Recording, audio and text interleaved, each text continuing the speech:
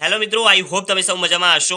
આજે આપણે જોવાના છે ધોરણ 12 ભૂગોળ માટેનું બોર્ડ એક્ઝામ 2024નું નમૂનાનું પ્રશ્નપત્રનું સોલ્યુશન. જી હા મિત્રો, તમારું આ જે પેપર છે એ દ્વિતીય એક્ઝામ અને બોર્ડ એક્ઝામ બંનેમાં કામ આવવાનું છે.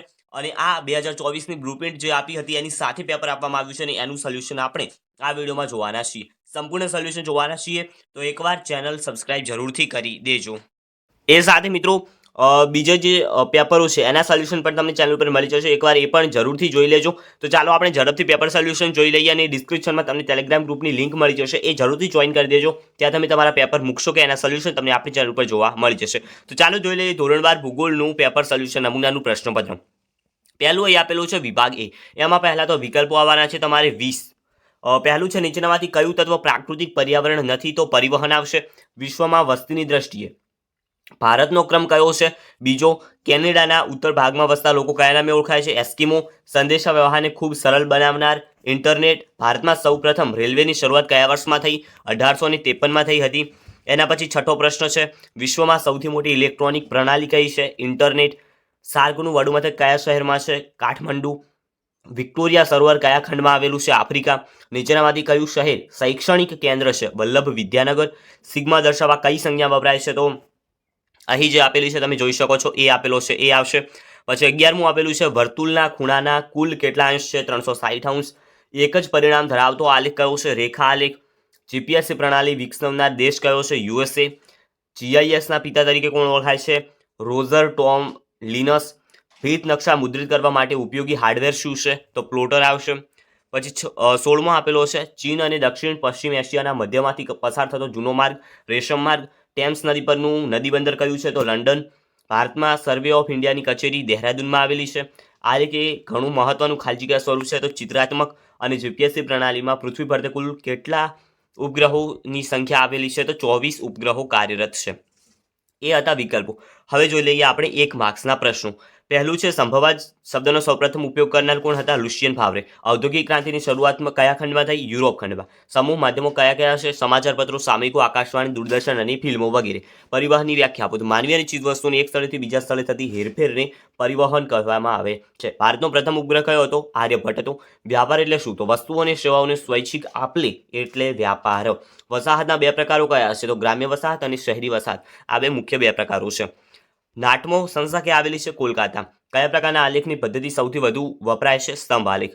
કમ્પ્યુટર હાર્ડવેર એટલે શું? તો કમ્પ્યુટરના જે ભાગોને જોઈ તમે સ્પર્શ કરી શકાય તેવા ભાગોને કમ્પ્યુટર હાર્ડવેર કહેવામાં આવે છે. તો આ થઈ ગઈ 1 ગુણના પ્રશ્નોની વાત. હવે આપેલા છે 2 ગુણના પ્રશ્નો અને વિભાગ સીમાં કુલ 16 માર્ક્સના 2 ગુણના પ્રશ્નો આવવાના છે. તો એમાં પહેલો પ્રશ્ન આપેલો છે વસ્તીના માળખામાં કઈ કઈ બાબતોનો સમાવેશ થાય છે? તો સ્ત્રી પુરુષ પ્રમાણ, ગ્રામીણ વસ્તી, શહેરી વસ્તી, સાક્ષરતા, વય જૂથો, વ્યવસાયિક માળખું, વસ્તીનું વંશીય માળખું, ભાષાકીય માળખું, ધાર્મિક માળખું, વસ્તી વધારો વગેરે. દ્વિતીય પ્રવૃત્તિના લક્ષણો આપો. તો આ મિત્રો પાઠ 3માં તમને પ્રશ્નો મળી જશે, એકવાર એ જોઈ લેજો. ગૃહ ઉદ્યોગ એટલે શું? તેમાં કઈ કઈ ચીજો તૈયાર થાય છે?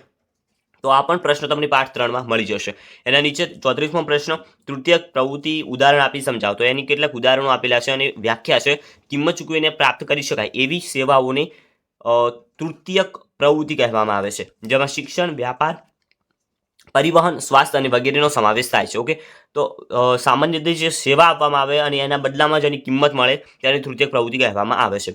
વ્યક્તિગત સંચાર તંત્રના સાધનો જણાવવાના છે. તો ટેલિફોન, ફેક્સ, ઈમેલ, ટપાલ સેવા અને આંગળીયા.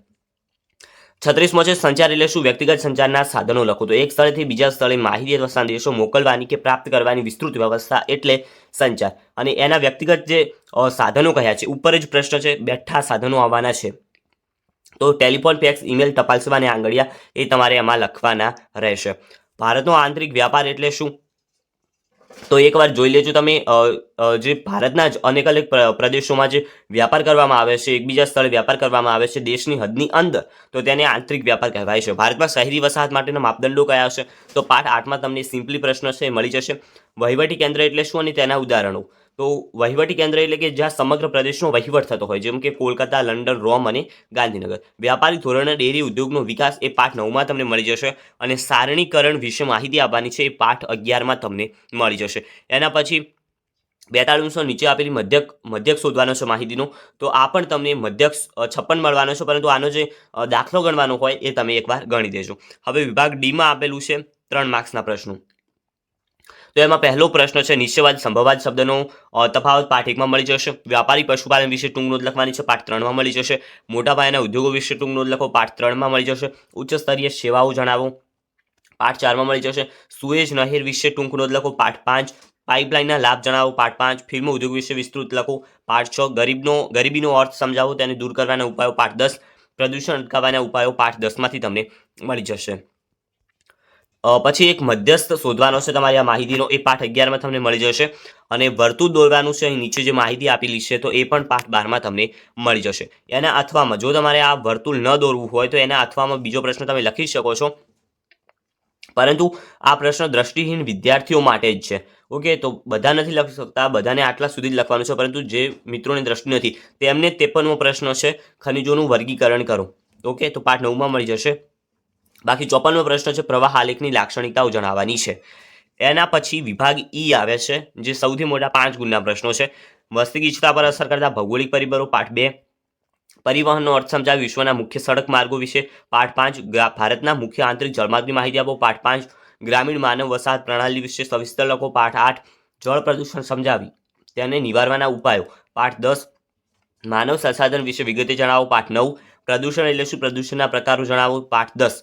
ઓકે, તો એ પ્રશ્નો છે. અને હવે એક નકશો આવે છે જે તમારે ફરજિયાત હોય છે, તો એના જવાબો તમે જોઈ શકો છો. વધુ વસ્તી ધરાવતું રાજ્ય જો પૂછાય તો ઉત્તર પ્રદેશ.